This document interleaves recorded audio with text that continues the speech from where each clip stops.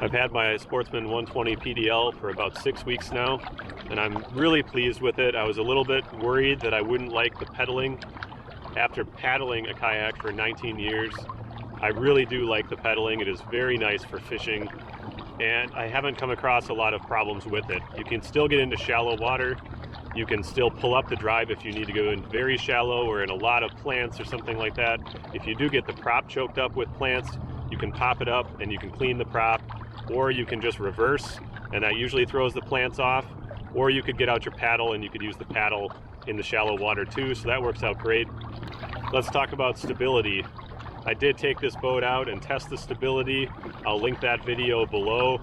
I was extremely impressed with how very difficult it was to flip this boat over, and you are much more likely to just get dumped off the boat rather than flipping it, which is great, because if you did run into that situation, you don't lose your gear or anything. Anything that's not tethered and you flip over, you might lose it.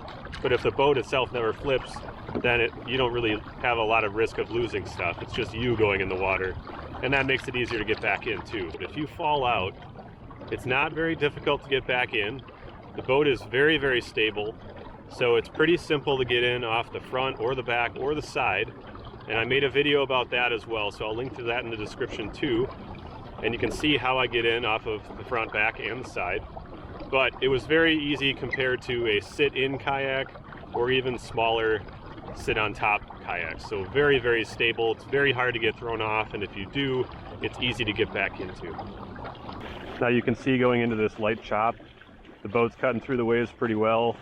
There's nothing splashing on the deck right now, so that's good.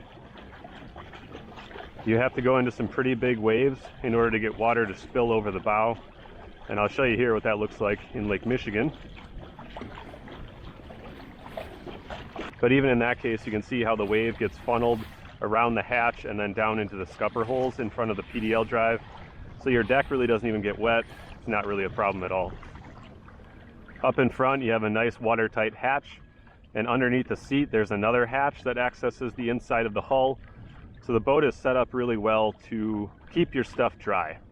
So let's talk about how easy it is to pedal and paddle. Pedaling is not hard, even though I have only been using a pedal kayak for 6 weeks. I do not have any issues with it. It was really about the first week where my legs were pretty tired, but I was using it for 4 to 5 hours each time. So after a couple weeks, my legs got pretty used to it. Most of my strength is not in my legs, so I was a little bit worried about how tired I would get, but I'm quickly getting used to it, so I don't consider that a problem at all. As far as paddling goes, if you do have to use a paddle, it's not difficult. The boat is pretty big. It's 100 pounds, it's 12 feet long and 3 feet wide. It's definitely a big boat to paddle, but it really isn't that difficult. I was pleasantly surprised that paddling it is not really that bad. I did have to paddle it back to shore in Lake Michigan against the wind because I got tangled in fishing line with my prop, so that was not fun. And I didn't have a socket with me at the time. I now keep a ratchet and socket in my waterproof storage in front of the PDL drive, just in case that happens again. You can also buy a floating prop nut from Navarre Kayak Fishing, and that has a wing nut on it, so you don't even need a wrench. You can just spin it off, and if you drop it in the water, it'll float, which is pretty cool. Okay, let's talk about storing gear on board. This boat has a lot of room to store things. It has a waterproof hatch in the front that's very large. It has the waterproof compartment in front of the PDL that is meant for phone, wallet, keys, a couple of tools, that sort of thing. It has rubberized pockets on the sides, which allow you to put, again, could be a phone, other tools. I have a knife, line clippers, scissors, pliers, things like that I keep in there. In the back, there's a very large tank well, so there's plenty of room to store a fishing crate, tackle bag, a small cooler. The seat itself is very comfortable. I've been in this kayak, the longest I've been in here is about 14 hours on Lake Michigan trolling. So I was pedaling almost the entire time, and it was fine. The seat is very, very comfortable. There is one spot in the back of the seat where the bar does hit your back sometimes. So I put a piece of pipe insulation on that bar, and it's no longer a problem. Now let's talk sonar systems. Is there room for a sonar system? Yes, there absolutely is. And the hull is designed for a Humminbird transducer. So if you have any kind of Humminbird unit, it will fit very well. On this boat, I have a Humminbird Helix 7 side scan. It works just fine. And it's also got a recessed area under the hull behind the keel, so it's protected in case you ran aground on a sandbar or something like that. You would hit the keel of the boat, not the side scan transducer. The bottom of the boat has a hole going up to the top of the hull for the transducer wire.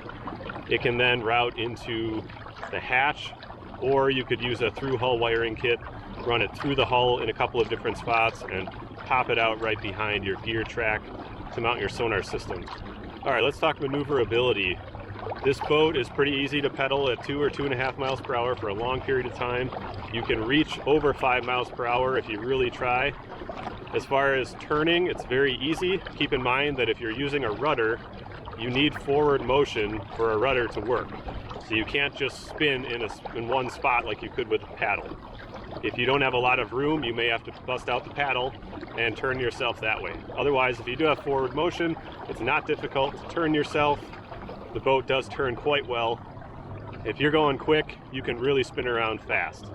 But again, more forward motion means that the rudder will work better. The turning radius of the kayak, if you push the rudder all the way, the turning radius is probably about 25 feet. Now, how about portability? When you're launching the boat, I prefer to put it on a small flatbed trailer, and then I just push it right off the back at a boat landing. If I don't have a boat landing, then I'll use a small cart, and I'll cart it to the water's edge. Once you get it there, getting in off of a dock or getting in off the shore is very easy. The boat is very, very stable, so you can either walk right over the front of the boat and then in, or you can enter from the side of the boat.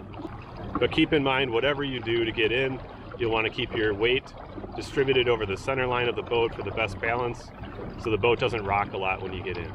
Okay, what happens if you run aground while you're pedaling? If you're moving forward and you hit a sandbar or a log or something like that, there is a guard in front of the prop, so you're not likely to bust the prop off. Extra props are not very expensive, so that's another option. If you did break one, you could replace the prop on the water pretty easily. It takes all of a minute or two to pop a prop off and put on a new one, and I think they're 10 bucks, maybe 15. So they're not very expensive, and you need about 15 inches of water to clear the bottom. If you're in less than that, you run the risk of running into the bottom with your prop.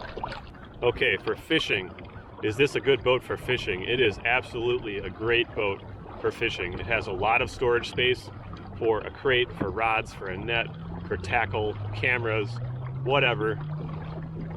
It is a great boat. I have a crate that holds 6 rods. There's also the 3 flush mount rod holders included with the boat. So you've got space for 8 rods and a net if you want. You could add more than that. So there's a lot of space. There's also horizontal rod storage. It's really a very nice setup, taking your kids or your pets along. If you want to bring a kid along, one of the nice things about this boat is that you can take the PDL drive out and you can put in a floor insert like this one. This is from Nabare Kayak Fishing. It's got a nice gasket on the bottom and it's made out of thick ABS plastic. So this sits right into the hole where the PDL drive sits, and it gives you basically a big flat floor. So if you want a kid to sit down there, if you want more space to bring some gear along, you can do that. We actually put a small chair, a small folding chair in the bottom, and Natalie can sit right on that chair and she can ride in the boat with me. Hopefully I answered all the questions you have about the PDL. I know I had a lot of questions before I bought one. If you have any questions we didn't talk about, feel free to just drop those in the comments below.